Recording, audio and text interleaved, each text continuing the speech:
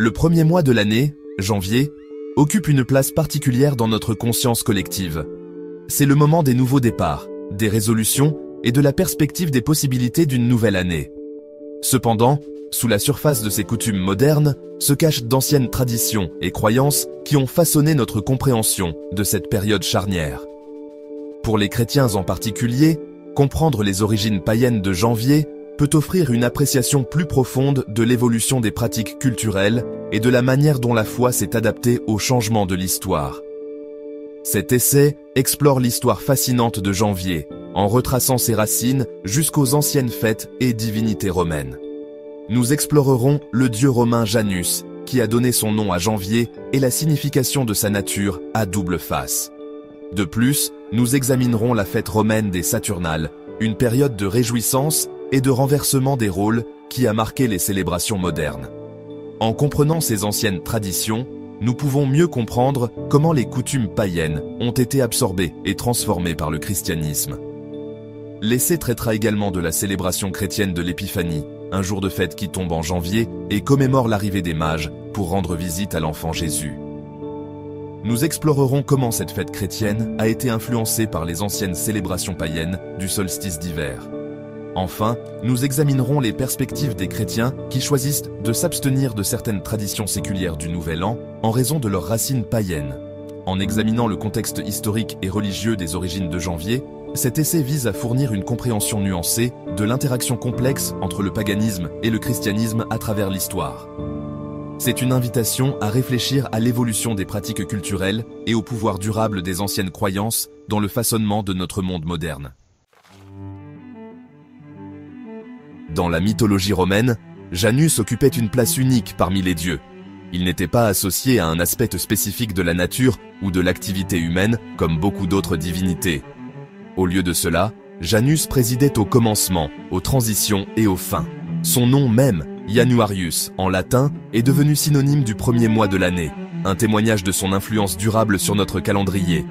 Janus est souvent représenté avec deux visages, l'un regardant vers l'avant et l'autre vers l'arrière.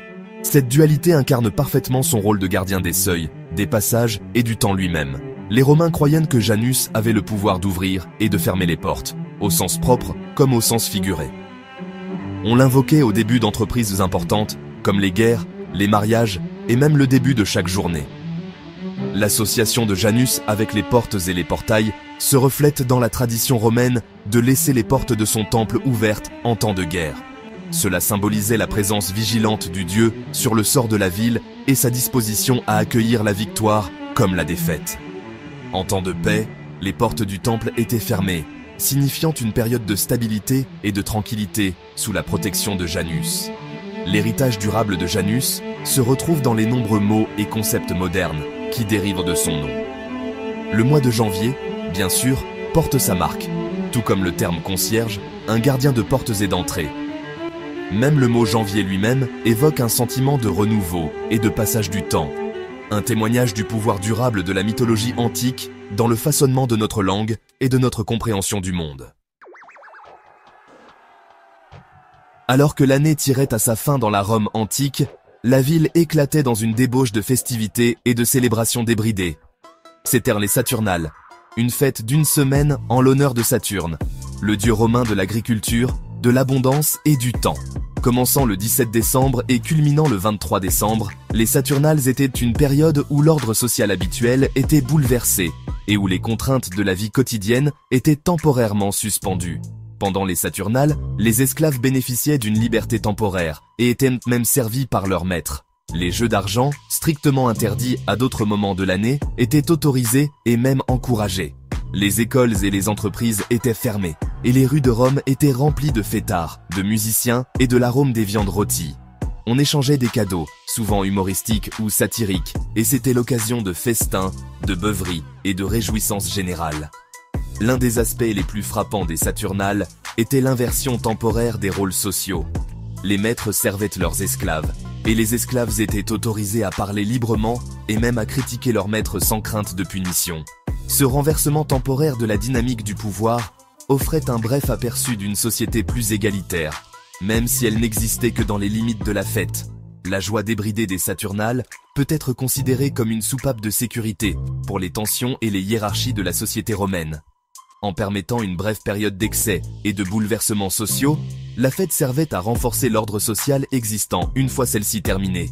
Les Saturnales nous rappellent le besoin humain de libération et de catharsis, et la manière dont les sociétés à travers l'histoire ont cherché à gérer les tensions sociales par le biais de rituels et de célébrations. La transition du paganisme romain au christianisme a été un processus graduel et complexe, marqué à la fois par la continuité et le changement. Au fur et à mesure que le christianisme s'est répandu dans tout l'Empire romain, il a rencontré une riche tapisserie de croyances et de pratiques existantes. Plutôt que de tenter d'éradiquer complètement ces traditions, les premiers chrétiens ont souvent cherché à les assimiler et à les adapter pour qu'elles s'intègrent à une vision chrétienne du monde. La célébration de Noël, par exemple, coïncide avec le solstice d'hiver romain, une période de l'année qui avait une grande importance dans de nombreuses traditions païennes. Les premiers pères de l'Église ont reconnu l'avantage stratégique d'aligner les fêtes chrétiennes sur les fêtes existantes, ce qui a permis aux convertis d'embrasser plus facilement la nouvelle foi tout en conservant des rythmes et des traditions familiers. De même, l'observance chrétienne du carême, une période de jeûne et de réflexion qui précède Pâques, fait écho aux thèmes de sacrifice et de renouveau que l'on retrouve dans de nombreuses fêtes printanières païennes. En incorporant des éléments de ces célébrations antérieures, le christianisme a pu créer une foi plus inclusive et plus accessible à une population imprégnée de traditions païennes. Le processus de christianisation ne s'est pas fait sans conflit ni tension. Au fur et à mesure que le christianisme gagnait en importance, des efforts ont été déployés pour supprimer ou éradiquer les pratiques païennes jugées incompatibles avec les enseignements chrétiens. Cependant, l'influence durable du paganisme est encore visible dans de nombreux aspects de la culture occidentale, de notre calendrier à nos fêtes et même à notre langue. L'histoire de janvier témoigne du pouvoir durable des anciennes croyances et de la manière dont elles continuent de façonner notre monde. Section 5. L'épiphanie, une fête chrétienne aux racines païennes. Le 6 janvier, les chrétiens du monde entier célèbrent la fête de l'Épiphanie, commémorant la visite des mages à l'enfant Jésus. Cette fête, également connue sous le nom de Jour des Trois Rois dans certaines traditions, marque la manifestation du Christ aux gentils, représenté par les mages qui ont voyagé depuis l'Orient en suivant une étoile. Bien que profondément enracinée dans la tradition chrétienne, l'Épiphanie porte également l'empreinte de célébrations païennes antérieures. La date de l'Épiphanie, qui tombe 12 jours après Noël, coïncide avec l'ancienne fête romaine des Saturnales, qui célébrait le solstice d'hiver. Cette période de l'année avait une grande importance dans de nombreuses cultures, marquant le jour le plus court de l'année et la promesse du retour du soleil. C'était l'occasion de festins, de cadeaux et de célébrations de la nature cyclique de la vie, de la mort et de la renaissance.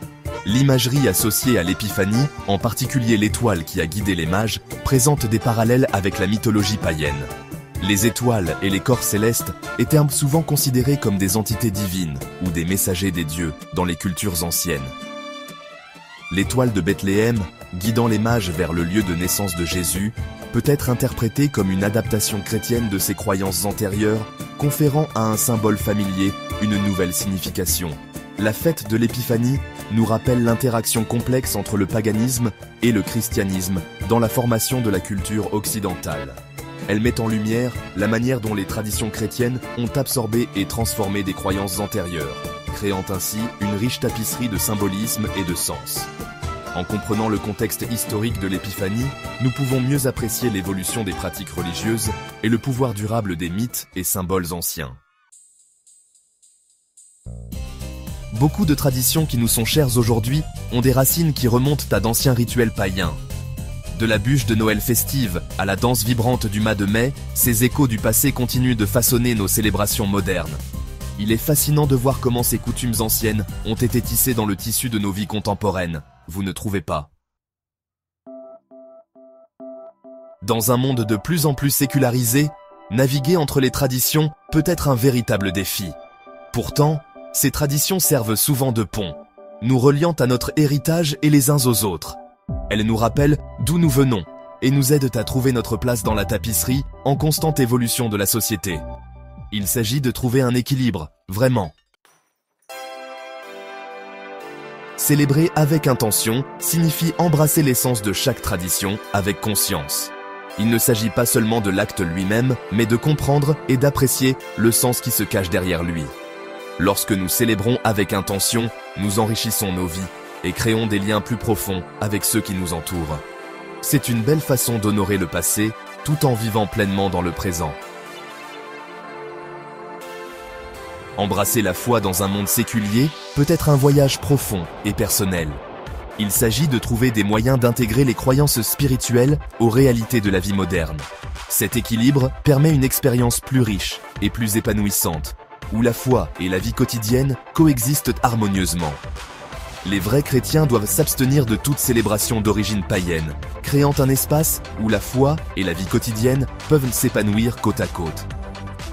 Si vous avez apprécié cette vidéo, n'oubliez pas de vous abonner, de liker et de partager. Merci de votre soutien.